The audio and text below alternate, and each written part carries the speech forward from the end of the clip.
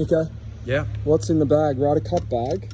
2012. 2012, let's do it. So equipment a little bit different back then than it is now.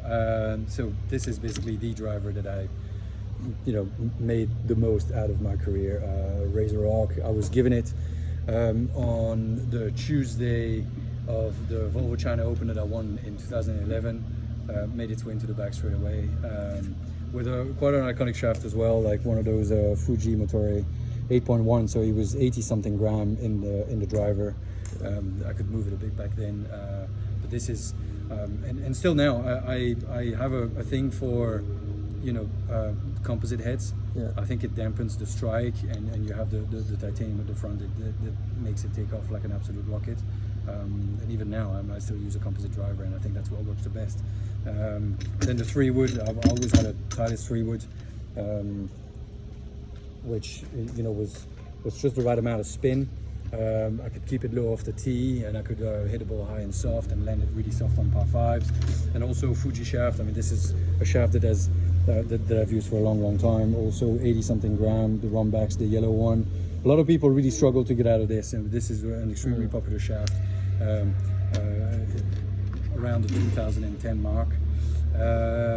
Then 2 wedges, so that left room for the longer end of the bag, which would have been the 2 iron. Yeah. I think I used every model of Fli-Hi that Mizuno came out with between the early 2000s all the way to 2000 and probably 14, 15, 16. Yeah. What shaft have you got in this? It's just a regular Dynamic Gold. Okay. I've always used the Dynamic Gold X100. I think I played maybe one other shaft for a week or two, so the rest has always been Dynamic Gold X100, as standard as it gets. That's through the set? That's through the set, yeah. So you go 2, 3 all the way down. Yeah.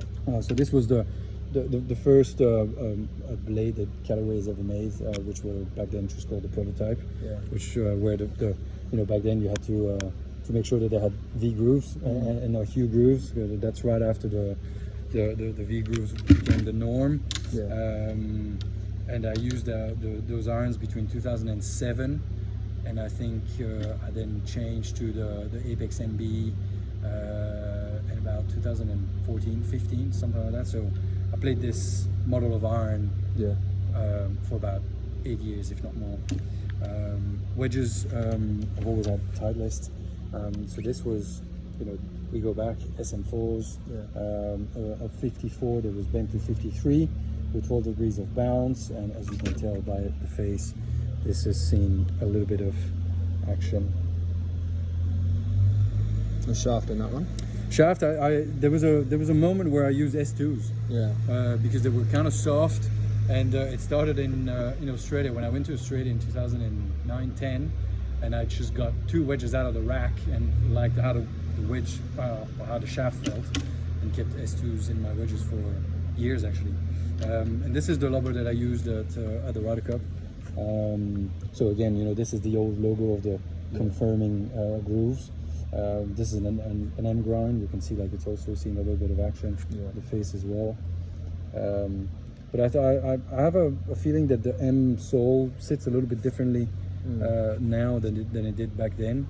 In America, the sand being a little bit softer, you can allow yourself to have maybe a lubber that has a bit more bounce than when you play over here. How long did your wedges how often would you be changing wedges? Well, the lubber you change a few times a year. 3 or 4 times a year? Lubber, I would say at least 3 or 4 times. Yeah. Gap wedge probably maybe once, if not. Yeah. A 50-degree wedge, you can go years with a 50-degree wedge. So the lubber is the one that really takes the most hits out of the bunkers and the amount of shots that you play with them. Right. Bottom of the bag. Oh yeah, and this of course, and putter. Always had a thing for answers. So this is probably the head that I've used the most at Odyssey, which was their classic #1s. Started using a tri-hot. Or actually back in the day, further back, if we go to 330. 330 was the original answer that they made with the Astronomic insert, which was the black insert, then white hot came around. But yeah, I always liked the way it looked.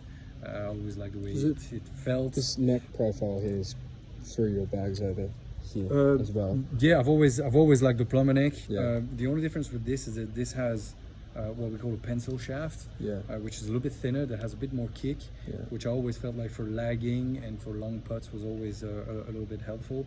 This was originally the shaft that they had in Scottsdale Lancers, which was a little bit thinner and therefore like swaying a little bit more.